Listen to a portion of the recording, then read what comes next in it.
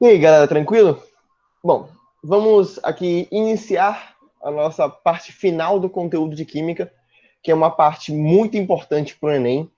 Sempre é cobrada a parte de química ambiental no Enem, todos os anos. Você vai ver toda a prova de química que você pegar, seja Enem PPL, seja a primeira aplicação, vai ter alguma coisa relacionada à química ambiental.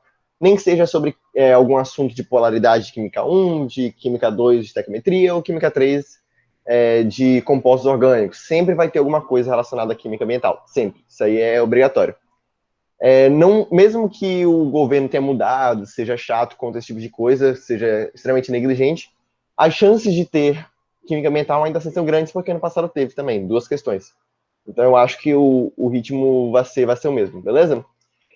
Lembrando, esse slide aqui eu não coloquei no direcionamento. No direcionamento tá os 5 slides que vão compor o Frankenstein, que vai ser esse slide aqui. E basicamente são recortes das partes mais importantes. Ah, Pita, mas é muita coisa, são conteúdos de 5 aulas. Então, a gente não vai entrar muito profundamente nisso. Nós vamos conversando, ser uma aula mais positiva, para tentar tirar dúvida de vocês quanto a esses assuntos e mostrar os conceitos mais importantes.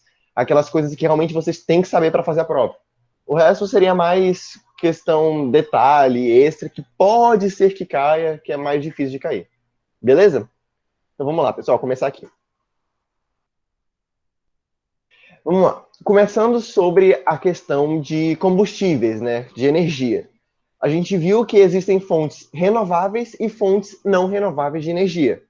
Acho que dá para ter uma em mente o que seria as fontes renováveis e as fontes não renováveis. Renováveis são aquelas que se renovam naturalmente. São aquelas que é possível você refazer o processo enquanto você está vivo. Alguns livros vão dizer que energia renovável é toda aquela que você consegue ver o seu ciclo se renovando, né, seu ciclo reiniciando, enquanto vivo, durante a sua vida. Por exemplo, a pessoa que vive 80 anos, ela vai conseguir ver aquele ciclo de energia sendo renovado. Aí já uma pessoa, por exemplo, de uma energia renovável. Né? Agora, de uma energia não renovável, ela teria que viver durante 1.000 anos, 5.000 anos, para conseguir ver aquele ciclo se reiniciando. Essa basicamente seria a ideiazinha. E quais seriam essas fontes não renováveis de energia, as quais você não consegue ver esse ciclo se reiniciar, acontecer novamente? São todas aquelas que demoram muito para se formarem ou não são formadas de jeito nenhum, não são formadas naturalmente. Aí o exemplo disso são os combustíveis fósseis, como um todo. Todos os combustíveis fósseis são energias, fontes de energias não renováveis. Aí tem o gás natural, tem o carvão mineral e tem o petróleo, que são os três principais combustíveis fósseis que o ser humano utiliza. E as fontes renováveis de energia são aquelas que se renovam, se formam novamente num período mais curto de tempo. Aí tem aquela energia solar, energia hidrelétrica, energia eólica, biocombustível, aí vai ter entre outras, né? Tem aquela energia maremotor, que é pela força das ondas. Aí tem aquelas energias que são mais mecânicas, que dependem de um movimento, rotação da Terra, etc. Tudo isso são tipos de fontes de energia renováveis. Você consegue ver o produto dela, o ciclo dela se reiniciando ainda enquanto vida. Beleza? Até aqui, alguma dúvida? Vamos fazer sempre essa parada de dúvidas por slide. Se não tiver nenhuma dúvida, a gente vai passando no próximo slide. Alguma coisa? Beleza, estou De autorizado a boa, de seguir, então, boa. né? Vamos lá. Biocombustíveis. A primeira fonte de energia renovável, que é aquela mais importante, assim, falando, de certa forma, ambientalmente, né? A gente não consegue ver um reflexo tão pesado assim no meio ambiente, são os biocombustíveis. Biocombustível, você já pega aqui combustível, fonte de energia, bio, fonte de vida. Ou seja, são aquelas fontes de energia que são derivadas da biomassa. E, na maior parte das vezes, de vida vegetal. Mas também pode ter dejetos de vida animal também, como restos de seres vivos, por exemplo. Aí, qual é a diferença de um biocombustível para um combustível fóssil, como o petróleo, por exemplo? Qual é a diferença de eu usar um biocombustível e eu usar um óleo diesel, ou eu usar uma gasolina para abastecer um carro? Bom, a principal diferença entre eles é a forma como esse ciclo existe, a forma o formato desse ciclo de criação desses biocombustíveis. Por quê? A gente tem dois tipos de ciclos, não sei se vocês vão lembrar, mas nós temos o ciclo fechado e o ciclo aberto da formação de combustíveis, relacionado ao CO2, ao dióxido de carbono. Como assim relacionado ao dióxido de carbono, Pita? Lembre que todo combustível ele precisa ter uma reação de combustão, que vai queimar aquele comburente e vai gerar, vai queimar o combustível na presença do comburente, que é o gás oxigênio, e vai gerar o dióxido de carbono, o gás CO2 e água. Toda reação de combustão é assim. E esse CO2, no biocombustível, que é um ciclo fechado, esse CO2 ele vai ser reincorporado no ciclo de formação desse combustível. Como que ele é reincorporado, Pita? A gente sabe que o biocombustível, na maior parte das vezes, é formado de biomassa vegetal, seja resto de óleo de cana, de planta, de milho, etc. E essas plantas, elas absorvem gás de dióxido de carbono no seu processo de fotossíntese. Então, se elas absorvem, fotossíntese não, respiração celular, né, no caso. Se elas absorvem esse dióxido de carbono, vai ser reincorporado no seu ciclo natural de vida, esse mesmo dióxido de carbono que é queimado durante a queima do combustível, do biocombustível, do biodiesel, etc., vai ser reincorporado no ciclo depois, quando elas estiverem respirando novamente. Então, basicamente, a gente tem aqui, ó, ciclo fechado. Eu pego a planta, eu colho a planta para fazer o biocombustível, eu faço o biocombustível, esse biocombustível vai lá para o posto de gasolina, seja qual for, biodiesel, etanol, etc., vai para o veículo vai queimar esse biocombustível, ou seja, uma fábrica vai queimar esse biocombustível e vai emitir CO2. Depois, esse CO2 é incorporado novamente pelo sistema respiratório da planta. Ou seja, um ciclo fechadinho, bonitinho, certo? Mas nos combustíveis fósseis, derivados de combustíveis fósseis, como gasolina, o diesel comum, o gás natural, eles têm um ciclo aberto de gás de dióxido de carbono. Por que ciclo aberto? Vamos lá, a gente tem um combustível fóssil, a gente vai coletar esse combustível fóssil da natureza. Vai processar, vai transformar em gasolina, vai transformar em diesel, etc. E vai mandar para o posto de gasolina para os veículos conseguirem consumir. Ou vai mandar para uma fábrica para queimar alguma coisa, fazer a máquina funcionar, etc. Essa queima, essa combustão para produzir energia vai emitir dióxido de carbono. Esse dióxido de carbono vai para onde? Vai voltar para o combustível fóssil depois? Não. Esse dióxido de carbono vai para a atmosfera. E vai indo para a atmosfera, vai acumulando esse dióxido de carbono na atmosfera, que a gente vai ver depois, que é um gás de efeito estufa, vai intensificar o aquecimento global e etc. Então, beleza? Deu para pegar a diferença de ciclo fechado para ciclo aberto de dióxido de carbono? E qual é a importância dos biocombustíveis? Tudo bem? Fechou, Pita. E aí, quais são os exemplos de biocombustível que nós mais conhecemos hoje em dia no mundo? Tem o carvão vegetal. Para quem já jogou Minecraft, eu acho que lembra que eu até falei naquela outra aula, carvão vegetal. Você faz o carvão vegetal a partir da queima de madeira, ou seja, você pega uma madeira que você acabou de coletar, você queima e produz o carvão vegetal. No Minecraft, você coloca a madeira dentro do fogão, né, da fornalha, aí produz carvão vegetal. É basicamente assim mesmo. O bagaço da cana, que é o que o Brasil mais usa hoje em dia, para justamente produzir o etanol, ou o biodiesel, que são duas das fontes de energia mais conhecidas mundialmente pelo biocombustível, mais utilizados. O Brasil aí tem um projeto do etanol e do biodiesel há anos, há séculos, produzindo esses biocombustíveis, mas que, por conta da indústria do petróleo, acabou ficando para trás, né? Vamos para o próximo slide, beleza? Nenhuma dúvida? Quero ver vocês dialogando aí, pessoal. Qualquer coisa, vocês podem comentar aí que a gente vai tirando a dúvida. A aula de hoje é para isso também. Agora, combustíveis, mais propriamente falando, combustíveis no geral, né? É isso aqui, reação de combustão e tal. Vamos lá. Essas duas reações de combustão, reações de combustões, essas duas reações de combustão são importantes também. Por quê? Eu falei que o combustível mais o comburente sempre vai gerar energia. Todo combustível que existir, qualquer um tipo de combustível, vai se juntar ao comburente e vai gerar energia. Agora, existem dois tipos de combustão, dois tipos bem peculiares. O primeiro tipo de combustão é a combustão completa, que você tem um hidrocarboneto mais o oxigênio. O hidrocarboneto é o combustível e o oxigênio é o comburente. O oxigênio sempre vai ser o comburente, tá, galera? Comburente é aquilo que você usa para abastecer o combustível, para alimentar a combustão. E essa combustão completa vai liberar o quê? Vai liberar gás carbônico, água e energia. Sempre, Pita, sempre. A combustão completa vai sempre liberar gás carbônico, água e energia. Isso aí não tem exceção. Combustão completa vai liberar gás carbono, água e energia. Agora, existe também a combustão incompleta. O que é a combustão incompleta? Combustão incompleta é aquela que você não tem oxigênio suficiente, você não tem comburente suficiente para poder fazer com que essa combustão de fato seja completa, né?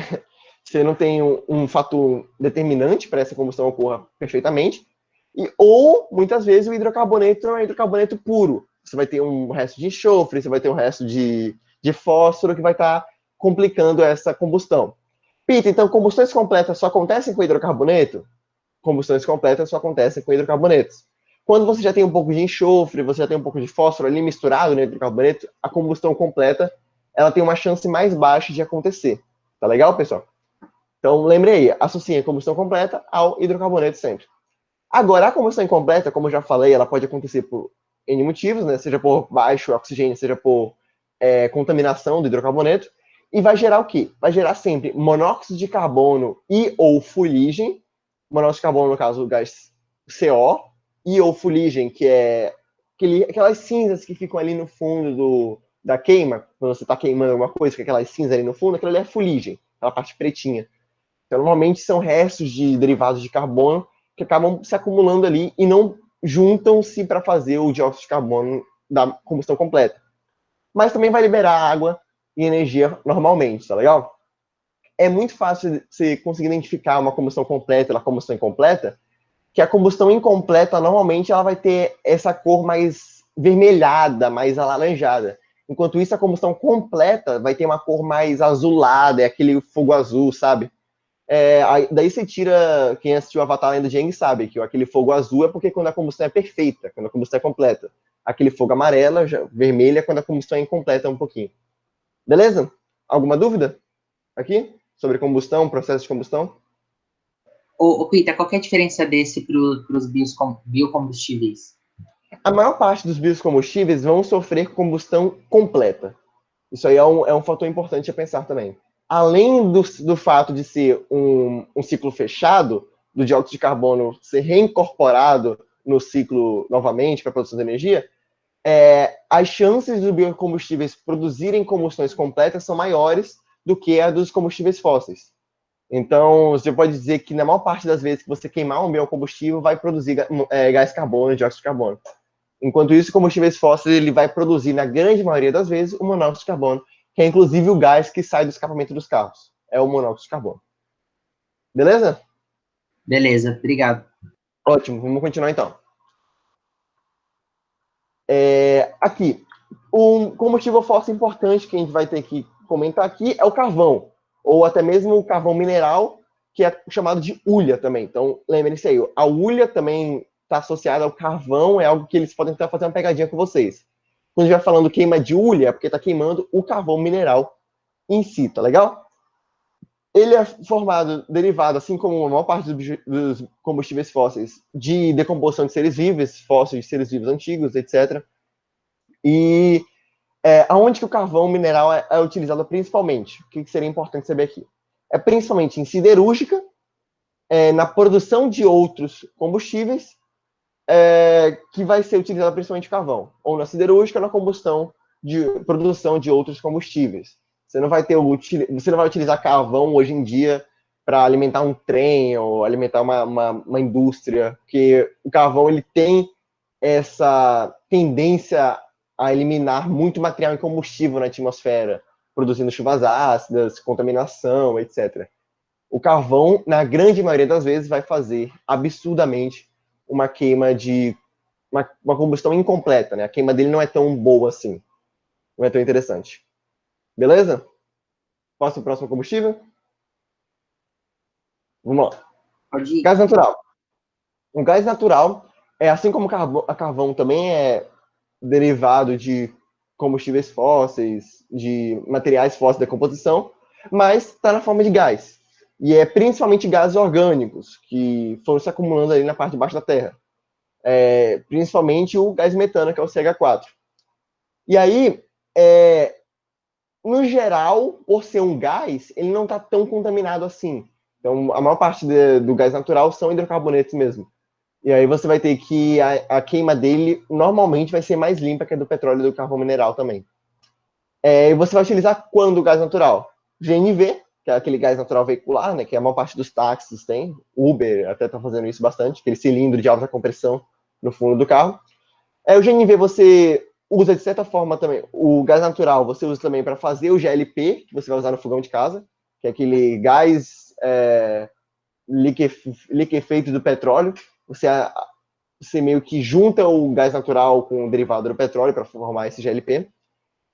O aquecedor de casa, termoelétricas, caldeiras de indústrias, na maior parte das vezes vocês vão utilizar esse gás natural, porque justamente tem uma queima mais limpa, né? Então até está sendo discutido mundialmente aí para incorporar o gás natural no lugar do carvão, que é muito mais poluente, obrigatoriamente. Aí, por último, tem o petróleo, que é, com certeza, o mais famoso por aí. O petróleo é curioso, que ele é formado somente por hidrocarbonetos. Mas, Pita, se ele é formado só por hidrocarbonetos, como que a queima dele é tão prejudicial assim? Por que a queima dele não é completa se ele é formado só por hidrocarbonetos? Porque, apesar de ser só hidrocarbonetos, a forma como são organizadas as cadeias deles, pode perguntar isso até para o Breno depois, etc., a forma como é organizada a cadeia do petróleo, ela faz com que o monóxido de carbono seja mais fácil de ser liberado que o dióxido de carbono. Então, a queima incompleta vai ser mais propícia para isso. Por isso que o petróleo não é tão recomendado assim. E o petróleo, você vai utilizar o petróleo para fazer outros combustíveis. Você não vai ver ninguém utilizando petróleo direto, injetando um petróleo no carro, ou queimando o petróleo direto para fazer fogo, etc. Não. O petróleo é uma coisa muito rica. Ele é uma cadeia gigante, de cadeia carbônica gigante, e pode produzir muitos outros combustíveis derivados do petróleo. É o que a gente chama de fato de combustíveis derivados do petróleo, que é a gasolina, o diesel, o GLP, diversas coisas, o próprio asfalto você tira de derivados do petróleo também, mas que são cadeias mais diferenciadas, né? Elas se diferenciam entre si. E aí, mas Pita, como que eu obtenho esses outros produtos, esses outros combustíveis derivados do petróleo? Como é que eu faço isso? O processo, que é um processo que normalmente é cobrado no Enem, então preste atenção nesse processo, a destilação fracionada. Esse processo, que vocês já devem conhecer o que é a destilação fracionada, é como você vai obter as diferentes partes do petróleo para conseguir diferentes tipos de combustíveis. Então, basicamente, você vai usar a destilação fracionada para separar as diferentes cadeias que estão juntas ali no petróleo. Vocês lembram a destilação fracionada? Como é que eu faço destilação fracionada? Alguém se recorda? É por causa da variação de temperaturas de cada um dos elementos? Exatamente.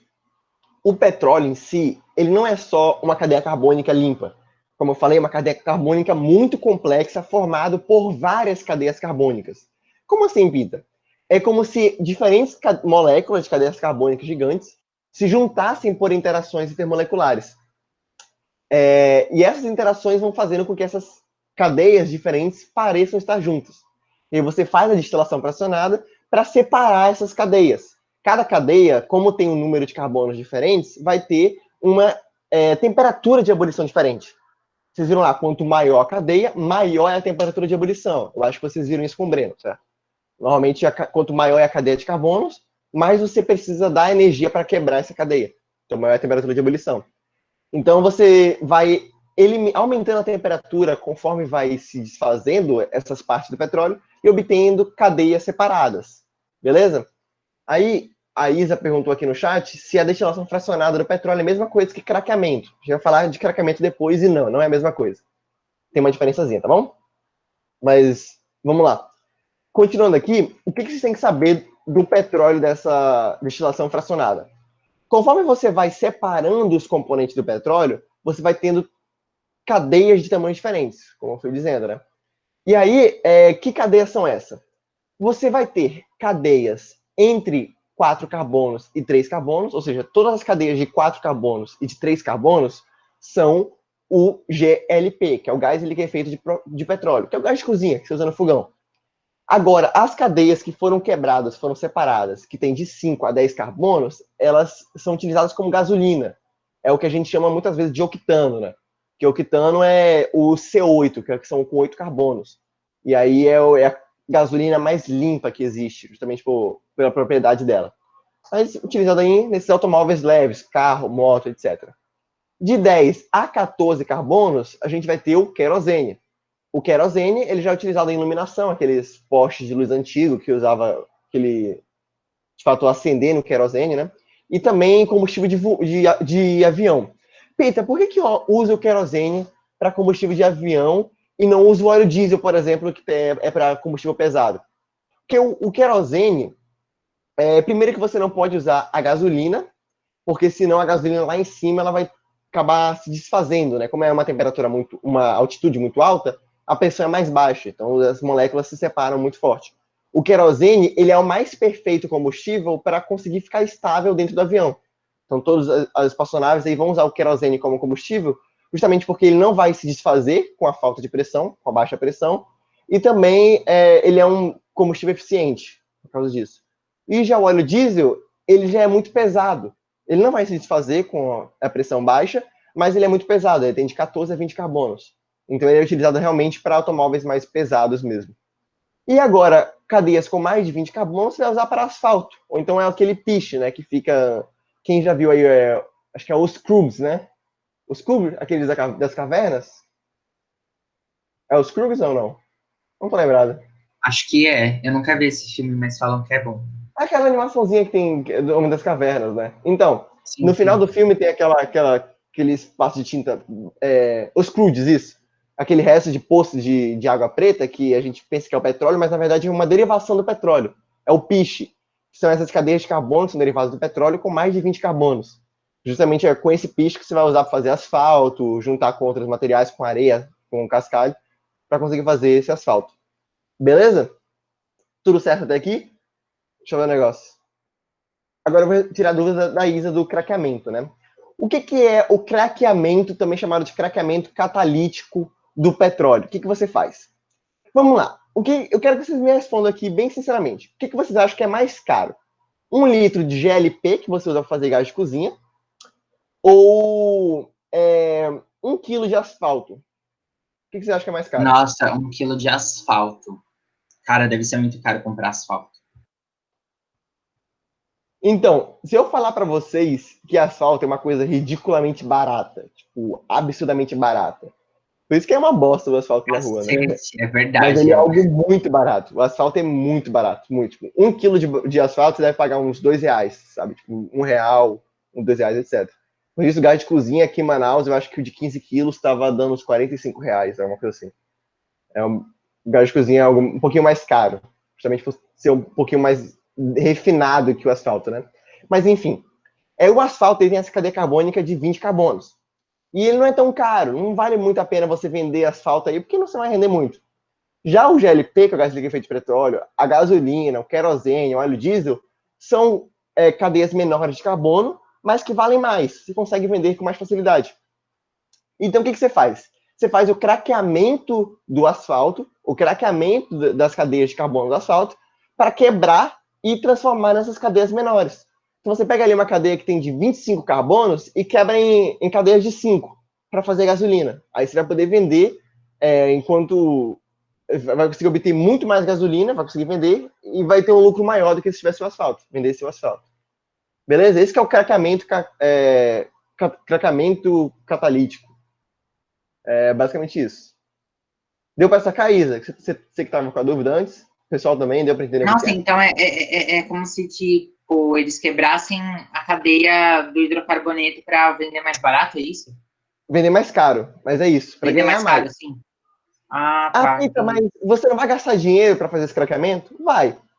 Às vezes não vale tanto a pena, assim, dependendo do material, né? Mas tem empresas que, por exemplo, não vão usar o asfalto para nada. Elas só querem usar gasolina. Então, justamente, elas preferem investir para quebrar o asfalto do que comprar mais gasolina.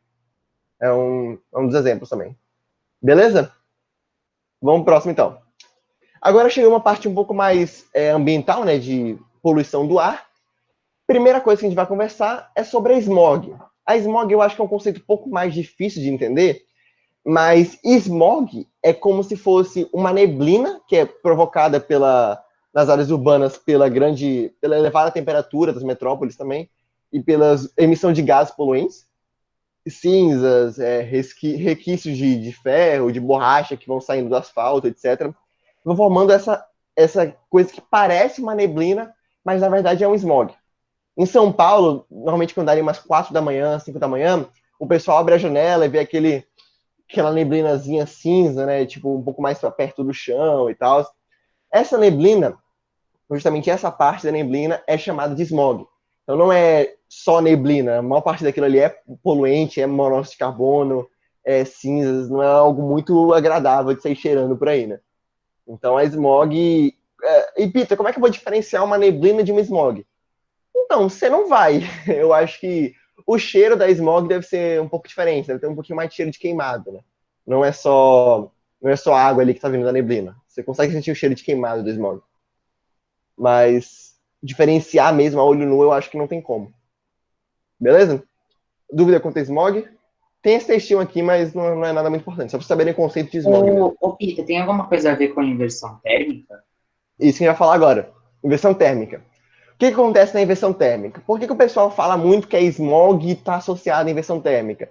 Porque, de certa forma, a inversão térmica vai causar uma smog, ela vai provocar uma smog obrigatoriamente. E como que acontece a inversão térmica? Deixa eu só ver se eu botei a foto. Eu não botei a foto da inversão térmica, porque eu ter botado, vacilo meu. Mas a inversão térmica, ela é basicamente, acho que você deve ter visto em geografia, né, ou biologia, etc., tá comigo mesmo, é quando você tem uma emissão muito grande de poluentes na atmosfera, e esses poluentes impedem que os raios solares cheguem à parte mais baixa do solo. Ou seja, como tem muito poluente na atmosfera, os raios solares ficam obstruídos, não chegam, por exemplo, ao asfalto, não chegam ao chão, e é daquela falsa impressão de que está mais friozinho. Mas está mais friozinho só porque os raios solares não chegaram. Então, como os raios solares não chegam, esse ar que fica meio que mais perto do solo, né, fica mais friozinho. Enquanto aquele ar que estão os poluentes fica mais quente, fica mais aquele ar fica mais quente. E como o ar frio sempre desce e o ar quente sempre sobe, isso aí é o conceito de física, ó. O ar frio sempre vai descer porque ele é mais pesado, o ar quente sempre vai subir porque ele é mais leve. Então, esse ar frio não vai ter como subir para passar pelo ar quente para poder fazer algo bonitinho, para poder realmente ficar algo estável, né? Porque normalmente a parte que a gente fica no solo é a parte mais quente. Então, essas partículas vão acabar se acumulando na parte mais baixa do solo, vai provocar uma smog na parte do solo, você acha que vai estar numa neblina, vai dar aquele clima friozinho e tal, você vai achando que vai estar tudo bem, mas na verdade está completamente poluído. Eu vou pegar aqui no slide que eu separei. O que acontece? Ó? O ar frio, ele acaba ficando na parte de baixo, junto com os poluentes também. O ar quente fica no meio, porque ele não tem como descer mais, porque ele é mais leve que o ar frio, né? Então não tem como ele descer. E ele não tem como subir também, porque conforme ele vai ficando mais em cima, vai ficando mais frio, né? Quanto mais para cima da atmosfera, vai ficando mais frio. Então, basicamente, fica essa camada de ar frio cheia de poluentes presa na parte de baixo do chão, formando essa espécie de barreira aqui, porque a luz do sol não chega nessa parte do ar frio para esquentar e subir. Então, os poluentes, os gases, os resquícios, fuligem, fica tudo ali na parte de baixo, impedida de subir por essa camada que está impedindo aí. Chuva ácida.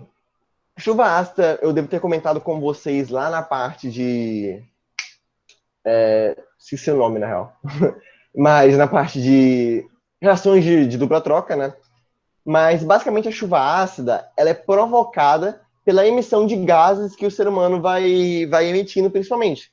Seja por conta do CO2, seja por conta do dióxido de enxofre das indústrias, às vezes até do dióxido de nitrogênio também, que as indústrias emitem, vão se acumulando na atmosfera.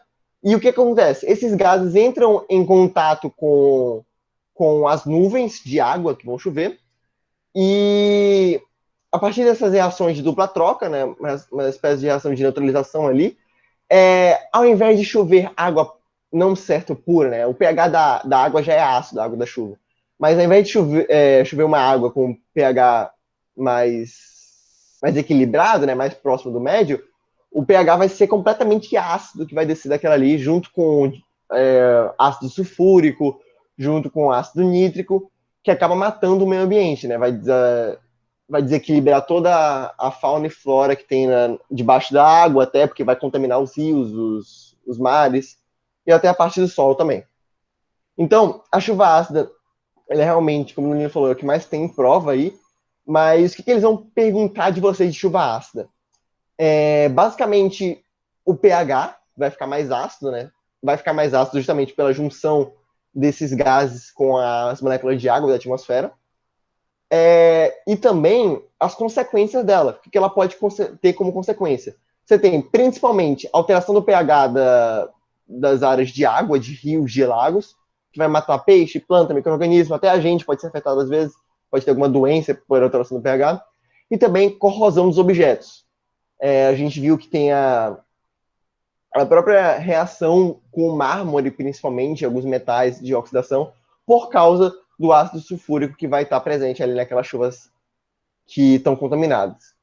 Então, a chuva ácida, basicamente, é isso que tem que saber sobre ela. Alguém tem alguma dúvida especificamente? Tem alguma questão que viu? Eu lembro que quando cai a chuva ácida, eles querem muito saber do H2SO4. Nossa, Uhum. loucura. O H2CO4 ele é o gás principal que vai estar presente aí nessa chuva ácida. Por que o H2SO4, Pita? Por que é o ácido sulfúrico e não o ácido carbônico, se o que a gente mais emite aí é dióxido de carbono? Não fez sentido para mim, não. Não vejo nenhuma reportagem falar de dióxido de enxofre está sendo emitido. Então, o dióxido de enxofre ele é emitido principalmente por indústrias. As indústrias elas vão queimar muitos combustíveis fósseis que vão estar com enxofre presente. Veículos também, de certa forma, vão emitir dióxido de enxofre, mas não tanto quanto as indústrias.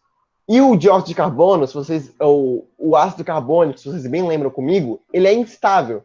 Ele não vai cair na forma de água ali, na chuva, porque ele é instável. Ele sempre vai virar um H2O mais CO2, vai eliminar moléculas de água para a atmosfera.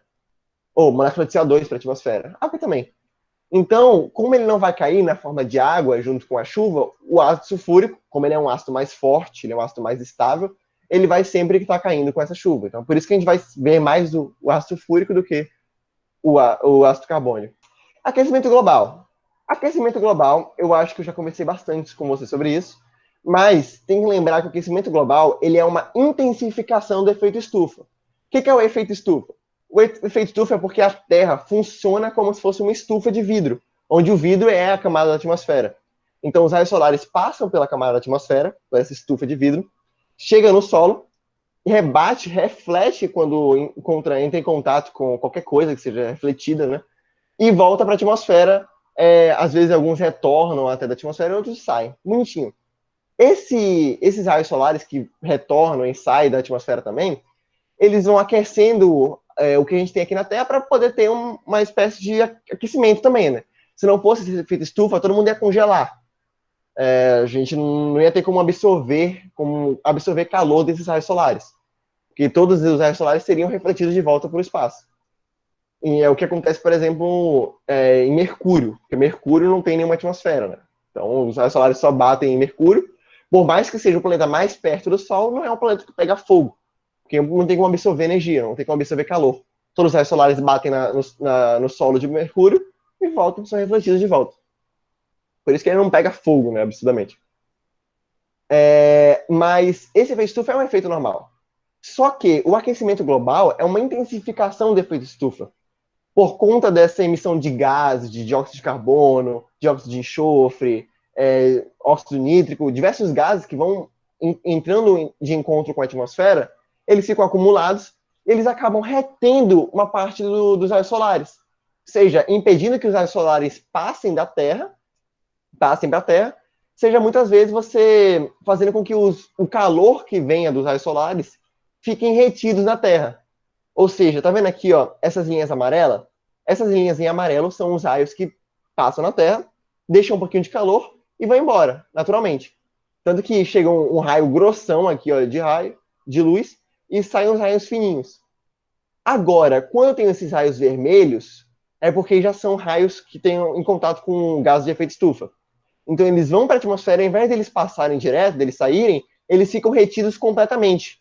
100% dos raios solares são retidos. Ou seja, eles são absorvidos pela atmosfera, aumentando a temperatura mais do que deveria. Ou seja, ao invés dele deixar um pouquinho de calor e ir embora, ele deixa muito calor e vai embora só um pouco dele. Assim acaba aumentando a temperatura da Terra. E, Pita, que gases de efeito estufa são esses? Tem vários. Tem o dióxido de carbono, você tem o gás metano, que é um gás absurdo de efeito estufa, gás ridiculamente, que é o gás produzido pelas vacas. Por isso aí, ó, a pecuária é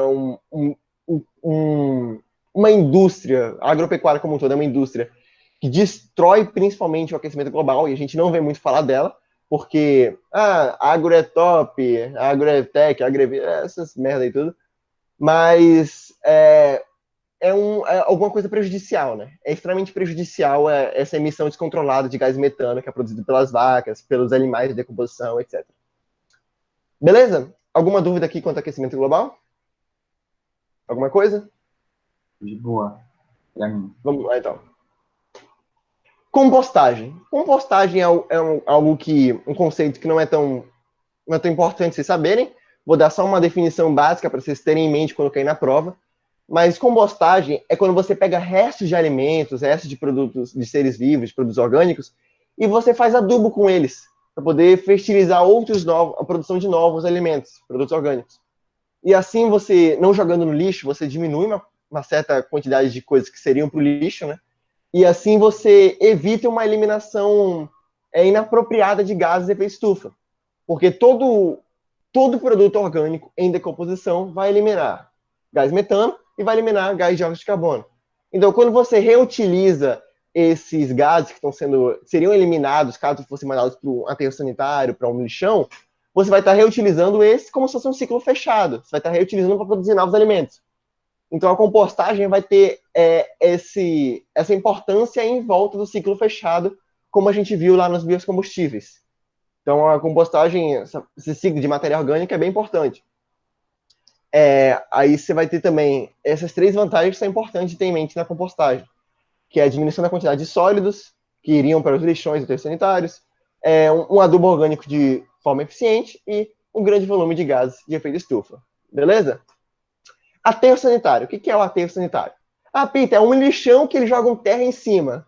É basicamente isso. Não dá para mentir, não. É como se fosse um lixão mais organizado.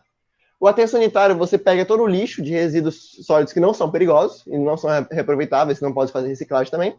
Você vai jogando ali num localzinho, aí você faz o quê? Você joga terra, você joga uma camada ali de algum material, algum plástico impermeável para não passar água ali, não sair churume nem nada. E vai colocando um em cima de outro, vai acumulando, que nem a gente tem essas camadas aqui. E por que você faz isso? Por que você bota esses materiais impermeáveis e tal? Justamente para não ter essa contaminação dos lençóis freáticos dentro da atmosfera com o chorume. O que é o chorume? Sabe aquele suquinho que fica no fundo do lixo? Quando você deixa o lixo muito tempo lá na sua casa, sua mãe manda você tirar, você esquece, ou então fica no meio da rua o lixo, um saco de lixo por muito tempo, o carro do lixo não vem pegar.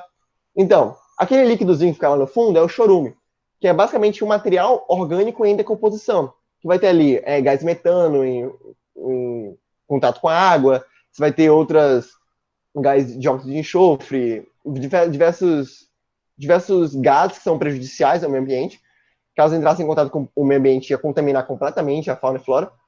E aí você, no aterro sanitário, você elimina esses gases, esses líquidos, esse chorume, para um recipiente que você possa eliminar adequadamente. Então, tem uns canuzinhos que vão levando para, normalmente, uma usina de biodigestor, e aí vai lá e esse biodigestor vai pegar esse chorume e vai entrar em combustão, seja para alimentar a energia do próprio aterro sanitário, seja para ligar postes de luz, etc. Então, basicamente isso. Alguma dúvida aqui quanto ao aterro sanitário? Não sei se eu falei muito rápido, não sei se deu para pegar tudo. E não, acho que eu consegui pegar sim. Vamos pro próximo, então. Nossa, que transição do nada. Poluição da água, tá. Poluição da água é algo que também tem uma boa chance de cair nas provas aí, porque é o que não caiu no passado, mas caiu no retrasado, então eles podem puxar de novo esse ano. Mas a água ela pode ser poluída de 3 formas principais. A primeira forma é eutrofização. O que é eutrofização? É quando você está eliminando nos corpos de água, qualquer coisa, muitos nutrientes. Como assim? Você está eliminando muita matéria orgânica no rio, muita matéria orgânica no mar, no oceano, etc. Essa matéria orgânica em excesso vai ser incorporada pelas microbactérias que usam essa matéria orgânica para fazer respiração, para sobreviver. E essas microbactérias vão se reproduzir muito, vão se reproduzir demais, demais, demais, demais, demais, demais. E aí, elas se reproduzindo muito, o que vai acontecer? Elas vão emitir, elas vão acabar consumindo muito oxigênio que estão ali, já que elas estão se reproduzindo demais, elas vão consumir todo o oxigênio que está ali debaixo d'água, que seriam utilizados por peixes, seriam utilizados por outras plantas, etc. E vai acabar impedindo que outros seres se reproduzam, outros seres aeróbicos se reproduzam, porque elas vão acabar dominando todo o oxigênio. Aí, quando eu tenho seres que usam o oxigênio morrendo, e quando tem oxigênio acabando, o que acontece? Aqueles seres que não usam oxigênio, aqueles seres que são anaeróbicos, começam a se reproduzir localmente. E aí esses micro-organismos anaeróbicos vão fazer o quê? Vão emitir gás metano, vão emitir gás sulfídrico, e vão contaminar ainda mais aquele corpo de água. Então, quando você for jogar esgoto, for jogar lixo no meio ambiente, pense 2 vezes, né? Porque você vai estar acabando contaminando a água e matando toda a vida que está ali embaixo. E sempre que ocorrer esse exato ciclo, quando eu tenho esse oxigênio sendo responsável, a falta de oxigênio sendo responsável pelo aumento da reprodução de seres anaeróbicos, pela diminuição dos seres aeróbicos, eu tenho a eutrofização. E prestem bem atenção, a eutrofização é diferente das outras poluições, porque eu tenho essa relação com o oxigênio detalhada. Enquanto isso, lá na poluição térmica e nos metais pesados, eu já vou ter uma diferença. Na poluição térmica, eu vou ter também a diminuição do oxigênio, mas é porque a temperatura mais alta da água faz com que o oxigênio seja menos solúvel. Como vai aumentar ali um pouquinho a temperatura, o oxigênio vai ficar um pouquinho menos solúvel. E vai acabar atrapalhando, vai acabar criando toda essa reprodução de micro-organismos anaeróbicos de novo. Ou seja, eu tenho menos oxigênio, tenho mais organismos anaeróbicos, eu tenho mais gás metano, tenho mais gás sulfídrico. Ah, mas Pita, então não é uma eutrofização também? A poluição térmica? Se eu tenho mais seres anaeróbicos, não deveria ser eutrofização? Presta atenção. A eutrofização, ela está relacionada com eu tenho muita matéria orgânica, então eu vou ter reprodução acelerada de bactérias aeróbicas e vai acabar o oxigênio, e aí sim vai ter os micro-organismos anaeróbicos. Na poluição térmica, não. Não tem nada a ver com matéria orgânica em excesso ou nada assim. É só aumento da temperatura da água mesmo. Beleza? Pegaram a diferença entre poluição térmica e eutrofização, né? A diferença é importante. E, inclusive, a eutrofização foi o que caiu na prova de 2018.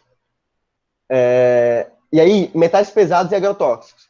Metais pesados e agrotóxicos eu acho que é um pouco mais claro, né? É justamente a contaminação da água a partir da dejetos inadequados. Basicamente é isso. Vamos pro próximo, né? Estação de tratamento da água. Isso daqui também é algo que caiu ano passado, e eu não sei se caiu no retrasado, mas caiu ano passado. Inclusive, eu coloquei essa questão na lista de vocês, que eu botei na revisão. E estação de tratamento de água. Pita, eu tenho que saber a ordem exata de todas as etapas de tratamento de água? Não. Mas é bom você saber o que cada uma faz, porque muitas vezes eles cobram justamente uma coisa específica. Tipo, o que eu preciso fazer para regular esse ambiente? O que eu preciso fazer para tratar essa água aqui? O que faltou? Onde foi o erro disso daqui? Então, se você tiver uma ideia geral pelos nomes, que os nomes já são bem explicativos, já consegue resolver o resto. Primeira etapa, captação, é onde você vai recolher a água. Segunda etapa, adição. Adição, você vai adicionar alguma coisa. O que você vai adicionar? Você vai adicionar sulfato de alumínio e vai adicionar também soda cáustica. E o que você vai fazer com isso? Você vai formar esse hidróxido de alumínio, né? O hidróxido de alumínio você vai usar para quê? Hidróxido de alumínio vai ser usado lá na floculação. Ele vai ajudar na junção das partes sólidas ali. Vai formar uns flocos, floquinhos de cocô. O hidróxido de alumínio vai ajudar ali os cocôs se unirem ali na estação de tratamento para formar essa espécie de floquinhos. Por isso é floculação. Floquinho, pensa floquinho de neve ali se juntando, que tá tudo certo. Decantação, próxima etapa. Todas as partes sólidas que têm uma densidade mais baixa que a água vão acabar se acumulando na parte do fundo. Ou seja, vão se decantando para o fundo do reservatório. Ou seja, uma parte bem autoexplicativa também. Próxima etapa. Nossa, essas transições são demais, hein? Filtração. Aí eu vou ter filtração, como se fosse uma filtração padrão que a gente faz na escola com aquela garrafa PET, areia, cascalho. É basicamente isso, vai colocar areia, cascalho no reservatório e vai impedir que as partes sólidas, as partículas sólidas que não se decantaram, passem para o próximo reservatório. Parte 5, adsorção. A adsorção ela é um pouco mais difícil assim, de analisar, né? O nome não é tão explicativo assim, mas é quando tem o carvão ativado. Carvão ativado é uma espécie de carvão que é eletronizado, né? Eletrificado, a partir de uma reação de eletrólise, e vai reter todos os íons de metais pesados. Normalmente agrotóxicos, chumbo, mercúrio, essas coisas. Esse carvão ativado vai absorvendo esse tipo de metal. E também vão tirando outras substâncias que vão dando cheiro na água, né? Às vezes, quando a água do bebedouro, que também tem carvão ativado, na minha escola, por exemplo, tinha aquele bebedouro um pouco mais grande, tinha um reservatório de carvão ativado lá dentro. E aí, quando o carvão ativado já estava no tempo de trocar, você conseguia sentir um gostinho na água meio diferenciado, sabe? Não estava muito bem, não. Fluoretação e cloração. Qual que é a diferença de fluoretação para cloração? A fluoretação é a de flúor. Normalmente ele não vai matar seres vivos, mas ele vai impedir que se acumulem material orgânico para que outros seres vivos façam uso desse material orgânico. Então o flúor ele vai impedir a junção de material orgânico. E o cloro ele já vai matar, já vai esterilizar esses micro-organismos. Então por que você joga cloro na piscina e você não joga flúor? Porque o cloro é para realmente matar os micro-organismos que estão ali na piscina. Já o flúor só ia impedir a junção de material orgânico, né? Mas não ia impedir que micro-organismos se acumulassem lá, por exemplo. E a última etapa, que seria armazenamento e distribuição, é para encanar o resto para as casas, né? E a nossa revisão foi isso, pessoal. Eu acho que o assunto foi esse. Espero que tenha sido uma boa aula para todos. Espero que vocês façam uma ótima prova aí no Enem. Realmente acho que foi uma revisão bem rapidinha até, de química ambiental como um todo, né? Acabei de mandar o link do doc de novo no grupo, aqui no chat, que tem os 5 slides que eu resumi nesse slide aqui grandão, esse Frankenstein gigante, e também tem a lista de exercícios que eu preparei de revisãozinha para o Enem. São algumas questões bem padrões e tal. Das 3 primeiras questões são de estequiometria, vocês podem fazer só uma, faz uma ali, já passa para as outras seguintes, já tá tudo certo. Não precisa fazer as 3 primeiras não, tá bom? Se quiser fazer para treinar, pode fazer. Botei justamente para quem quisesse treinar. Mas espero que vocês façam uma ótima prova domingo, vão com calma. Dá uma paradinha no sábado ali, vai ver um filme, vai ver uma série, vai assistir High School Musical. Realmente vale a pena dar uma relaxada. E a gente se vê, novamente não tenho ideia de quando. Mas eu espero que todos vocês façam uma boa prova mesmo, de verdade. É isso, meu querido. Muito obrigado pelo apoio aí. Se alguém tiver alguma dúvida quanto à lista, quanto a algum exercício, slide, assuntos, etc., pode mandar no meu WhatsApp, tá no direcionamento também. E aqui vai o Pita 100% Jesus da Copa de 2016, 2018 para dar sorte para vocês. Realmente,